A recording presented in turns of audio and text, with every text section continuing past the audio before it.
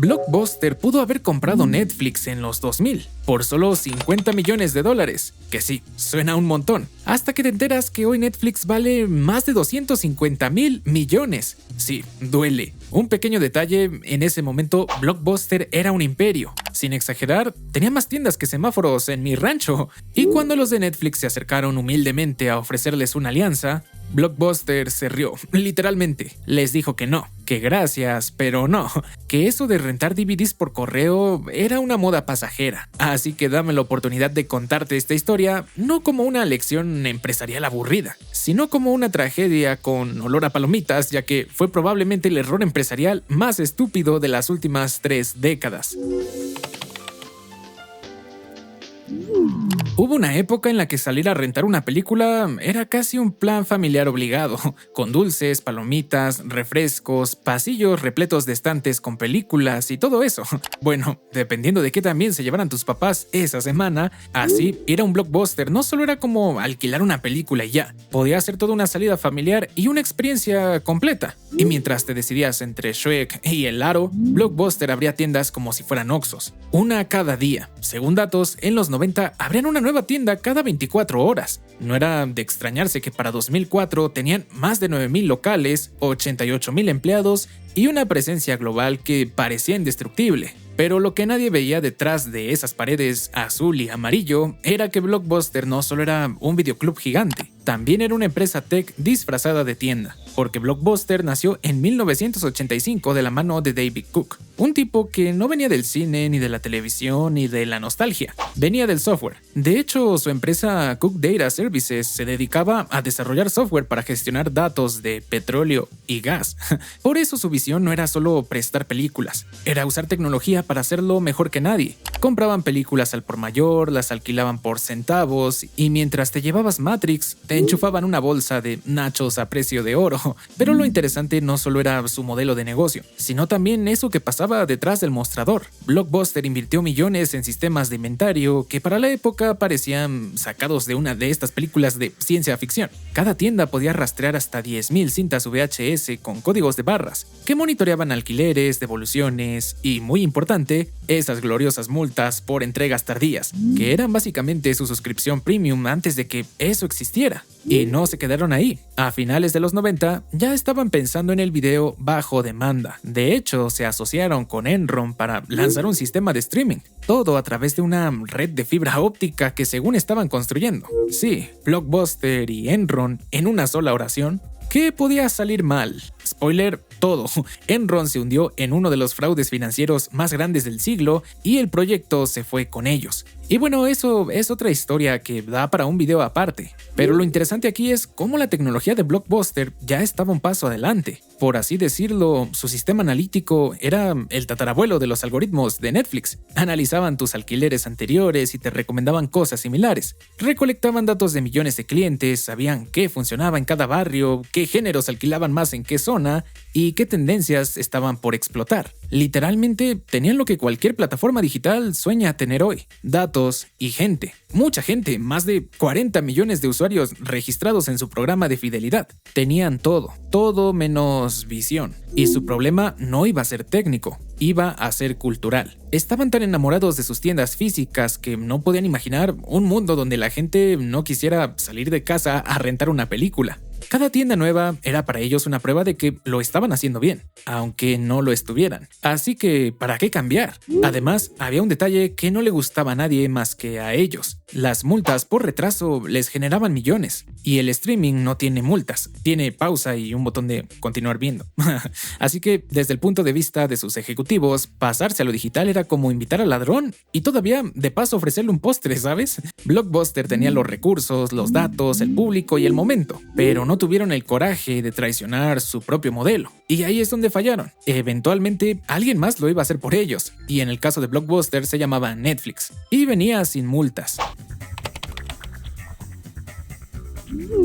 Esas benditas multas que durante años les llenaron los bolsillos terminarían siendo su sentencia de muerte. Todo empezó en un día caluroso del año 2000, en Dallas, Texas. El tipo que iba a cambiar el entretenimiento para siempre, un tal Reed Hastings, cruzó las puertas de Blockbuster con una propuesta que, si te la cuentan hoy, no te la crees. De un lado, el imperio todopoderoso de los videoclubes con miles de tiendas y un ego del tamaño de un estadio. Del otro, una startup diminuta que ni siquiera tenía oficinas glamorosas, pero sí una idea que años después iba a reescribir las reglas del juego. Hastings no fue solo, llegó con su equipo de Netflix, una empresa que en ese momento solo te mandaba DVDs por correo. Nada de aplicaciones, ni streaming, ni series originales. Solo discos, buzones y esperanza. Querían venderles Netflix por 50 millones. Y lo que ofrecía no era un trato cualquiera. Era una fusión perfecta entre lo clásico y lo nuevo. Y así Blockbuster seguiría con sus tiendas físicas imponentes y Netflix se convertiría en su ala digital enfocada en la gestión de renta por internet. Una combinación que sonaba demasiado bien como para fallar. Pero ahí estaba John Antioco, en ese momento CEO de Blockbuster, con su traje planchado y su mentalidad de los 90. Escuchó, analizó y después se rió, literalmente. Se rieron de nosotros y nos echaron de su oficina, dijo después Barry McCarthy del equipo de Netflix. Pero esa risa no era cualquier risa, era el sonido elegante de alguien rico convencido de que el mundo siempre va a funcionar igual. Y claro, lo irónico después de eso es que Netflix estuvo a nada de desaparecer. En 2001 despidieron a un tercio de su equipo. No tenían efectivo, no tenían respaldo, no tenían futuro, aparentemente. Pero lo que sí tenían era una idea revolucionaria. ¿Y por qué los rechazaron?, te preguntarás. Bueno, porque detrás de esa risa se escondía esa verdad incómoda. Una parte enorme de sus ingresos venía de castigar a la gente por impuntual. Literal, cientos de millones al año por no regresar una película a tiempo. Y Netflix traía justo lo que Blockbuster odiaba. Un modelo sin multas, o sea, sin su minita de oro. Para Blockbuster, aceptar la propuesta de Hastings era como decir, sí, por favor, quítenme mis 800 millones al año, ya no quiero ser rico. Y bueno, tal vez dirás, pues sí, lo hubieran comprado y una vez siendo suyo, hubieran puesto las multas que quisieran, ¿no? Pero, a ver, también es un tema de bastante arrogancia corporativa y egos súper inflados. Lo que no entendieron, y esto es lo hermoso del fracaso empresarial, es que el problema nunca fue Netflix. El verdadero enemigo era su propia estructura. No es que la gente odiara las tiendas, de hecho era una experiencia genial. Odiaba las reglas injustas, odiaba planear su vida en torno a devolver una película antes de las 7 p.m. para no pagar, no sé, 25 pesos más. Netflix simplemente agarró ese odio reprimido del público y lo convirtió en parte de su propuesta irresistible. Hastings no les ofrecía una guerra, les ofrecía una transición pacífica. Por así decirlo, era un puente hacia lo digital, sin tener que perjudicar sus tiendas ni perder su esencia a VHS viejo y humedad. Y ahí está el gran pecado de Blockbuster, creer que su éxito actual iba a ser un escudo contra el cambio. ¿Qué pasa cuando por fin decides cambiar, pero ya es demasiado tarde? Bueno, pasa un Blockbuster. Porque sí, después de haberse reído en la cara de Netflix, la gran cadena de videoclubes se dio cuenta de que tal vez no era tan buena idea quedarse estancada en 1998. Y para 2004, cuando Netflix ya venía creciendo con fuerza gracias a la expansión y adopción masiva de Internet, así como su modelo de negocio buena onda, sin multas, sin estrés y cero contacto humano, Blockbuster por fin despertó. Lanzaron Blockbuster Online, su propia versión del alquiler por correo. Y no lo vas a poder creer, pero era realmente buena. O sea, mejor que Netflix, más catálogo, unos 70,000 títulos contra 55,000, y encima te dejaban devolver la película en cualquier tienda física y llevarte otra gratis. Finalmente habían mezclado el futuro con el pasado y les estaba saliendo bien. Para 2006 empezaron a ganar. En serio, su servicio era más rápido, más flexible y más conveniente. Reed Hastings, el CEO de Netflix, entró en modo pánico. Empezó a tirar descuentos como quien lanza billetes desde un helicóptero. Pero los tontos de Blockbuster, justo cuando estaban ganando, se sabotearon solos. Echaron a su CEO, el único tipo que le entendía lo digital. Bien jugado, Blockbuster.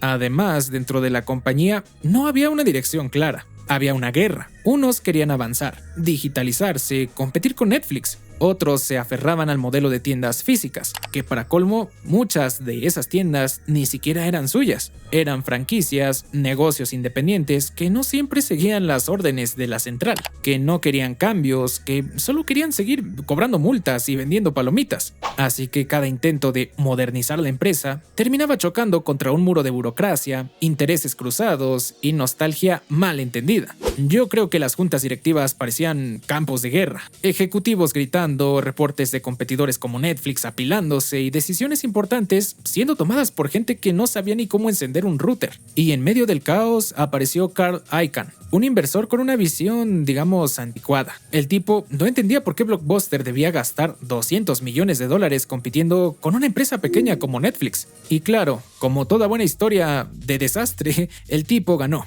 Echó al CEO que sí veía el futuro y puso a Jim Keyes, que en 2008 dijo una de las frases más legendarias de la historia de los negocios. Nuestro competidor no es Netflix, nos preocupa más Apple. O sea, ¿qué? Una frase que quedó grabada en piedra justo al lado de "El Titanic es insumergible". Pero la cosa no termina ahí. Blockbuster estaba ahogado en deudas. Después de separarse de Viacom en 2004, porque sí, detalle que no te había contado, Blockbuster fue comprada por Viacom en 1994. Sí, la misma dueña de MTV, Nickelodeon y Paramount. O sea, de repente, el imperio del videoclub se volvió parte del mismo universo que Bob Esponja. Pero a principios de los 2000, Viacom empezó a ver que Blockbuster ya no encajaba con el futuro que ellos querían construir. Mientras otras marcas apostaban por el contenido original y digital, Blockbuster seguía rentando DVDs. Así que en 2004 decidieron soltarla. El problema es que no la soltaron en paz. La separación vino con un regalito: $905 millones en deuda. Básicamente le dijeron: mucha suerte en tu nueva vida, pero te llevas esto también. Entonces, pues Blockbuster no estaba financieramente bien, ni seguía una dirección clara. Tan solo imagínate esto. En 2008 quisieron comprar Circuit City, otra empresa moribunda de electrónica de consumo, por $1,000 millones. Pero tranquilos, porque no lo lograron, ya que Circuit City quebró ese mismo año. Y así, con el fracaso respirándoles en la nuca y la modernidad tocándoles la puerta a patadas, lanzaron Blockbuster On Demand en 2009, 2 años después de que Netflix, desde 2007, ya estuviera en las televisiones de muchos hogares estadounidenses, ofreciendo series y películas directo a su pantalla con una cómoda suscripción mensual. Obvio, aquí en México seguíamos comprando películas en los tianguis, ¿sabes? Pero estos genios de Blockbuster decidieron que ya era un buen momento para competir, con una plataforma que parecía sacada de una feria de tecnología de 1998, y con una idea brillante: cobrarte por cada película, una por una, como si estuviéramos rentando VHS en 1996. Y mientras tanto, Redbox les clavaba una daga silenciosa en el único lugar donde todavía eran fuertes: lo físico, con kioscos automáticos y alquileres a $1. Y no olvidemos algo muy clave, que fue el auge del DVD, con precios muy accesibles, que prácticamente era más inteligente comprarte una película en DVD que ir a rentarla. Así que finalmente, en 2010, Blockbuster dijo: bueno, ok, eliminemos las multas, pongamos kioscos, pero ya era tarde. En septiembre de ese año, Blockbuster se declaró en bancarrota, con miles de tiendas cerrando como fichas de dominó cayendo, una marca completamente desgastada y siendo comprada años después por Dish Network, que intentó revivirla sin éxito. Y pues ya no queda más que decir, así es de cruda la historia, y hoy solo queda una tienda, una en todo el mundo, como si fuera un museo viviente que está ahí para recordarnos que esta historia es cierta y pasó. Y si algún día pasas por ese Blockbuster solitario, no olvides leer su epitafio invisible: aquí yace una empresa que lo tuvo todo y eligió seguir rentando películas. Si llegaste hasta acá, muchas gracias. Espero que te haya gustado el video y no te vayas. Te recomiendo este otro. Nos vemos allá.